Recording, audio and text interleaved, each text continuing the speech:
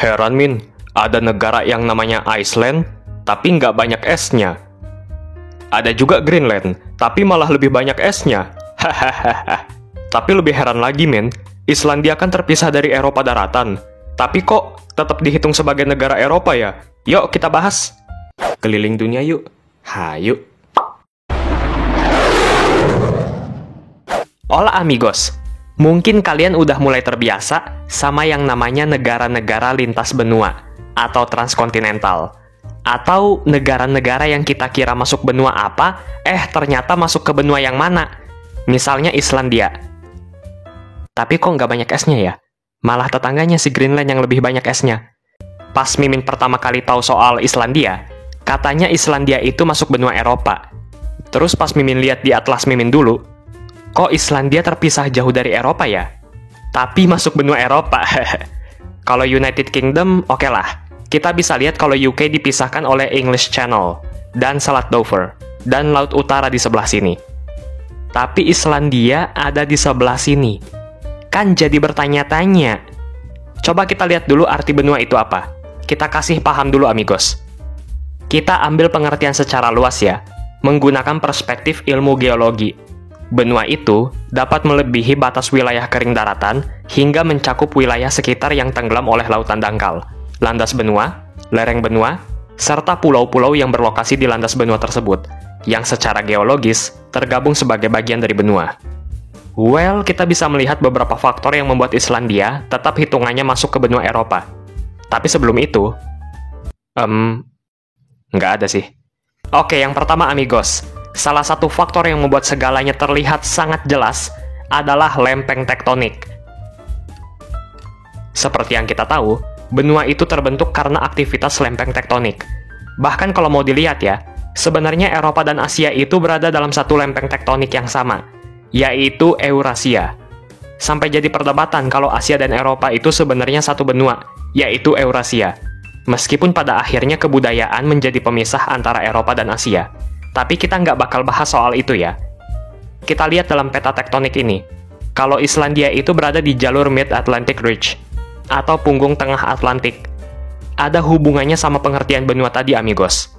Sebagian wilayah Islandia berada di lempeng Eurasia, tempat benua Eropa berada. Dan sebagian lagi ada di lempeng Amerika Utara. Nah loh, ada dua benua men.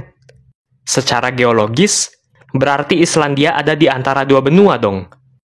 Lantas kenapa Islandia tetap dihitung sebagai benua Eropa? Nah, maka dari itu, ada juga yang namanya faktor kedua, kebudayaan. Pastinya kalian udah sering dengar kalau Islandia itu termasuk salah satu negara Nordik. Coba, apa aja negara Nordik amigos? Ada Norway, Swedia, Denmark, Finlandia, dan juga Islandia. Ya, kalian bisa lihat juga dari persamaan bendera negara-negara Nordik ini.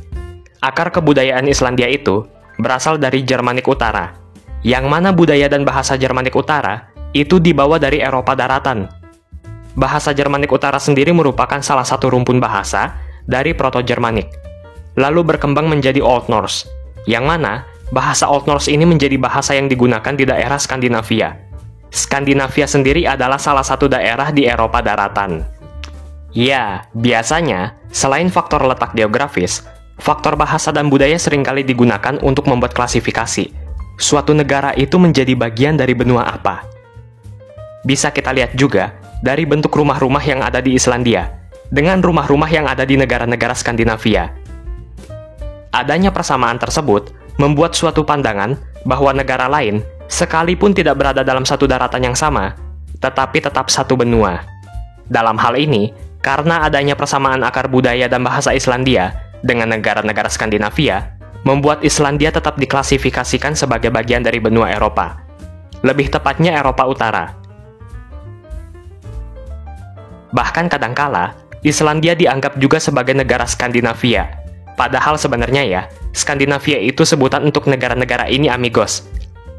Lebih tepatnya, Islandia itu termasuk negara Nordik. Hal ini juga menyangkut sejarahnya. Coba kita lihat, siapa yang pertama kali tinggal di Islandia? Well, banyak sumbernya sih. Salah satunya yang mungkin paling sering kalian dengar adalah bangsa Viking. Meskipun ada beberapa bukti kalau beberapa biarawan asal Irlandia lah yang pertama kali menemukan Islandia. Tapi semuanya kembali lagi pada satu benang merah yang sama. Orang-orang tersebut berasal dari benua Eropa. Dan ini sudah ada sejak abad ke-8 dan abad ke-9. Menyebarkan akar budaya dan bahasa dari Eropa.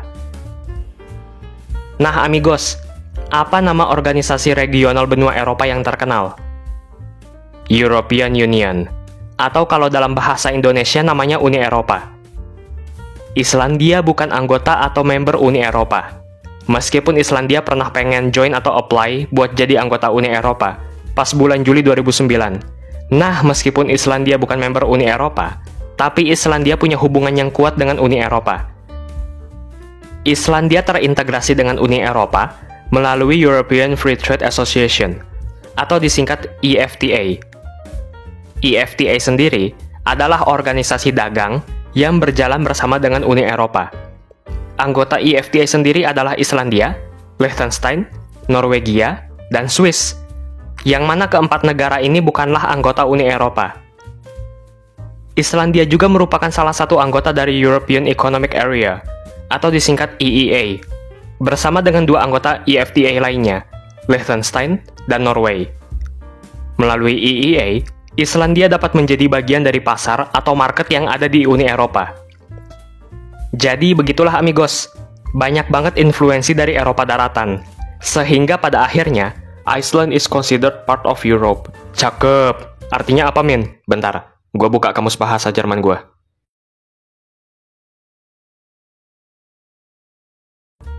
Oh iya amigos, mohon maaf kalau Mimin masih banyak kekurangan dalam penyampaian informasi ya, jadi kalian boleh koreksi juga. Amigos bebas berpendapat ya, kritik, saran, asalkan sopan. Mungkin ada juga yang kurang berkenan misalnya dengan jokes Mimin, mudah-mudahan kedepannya Mimin juga bisa lebih baik lagi ya. Kalau ada kritik dan saran, Mimin berterima kasih, berarti itu semua bentuk perhatian dari kalian semua amigos. Sehat-sehat semuanya!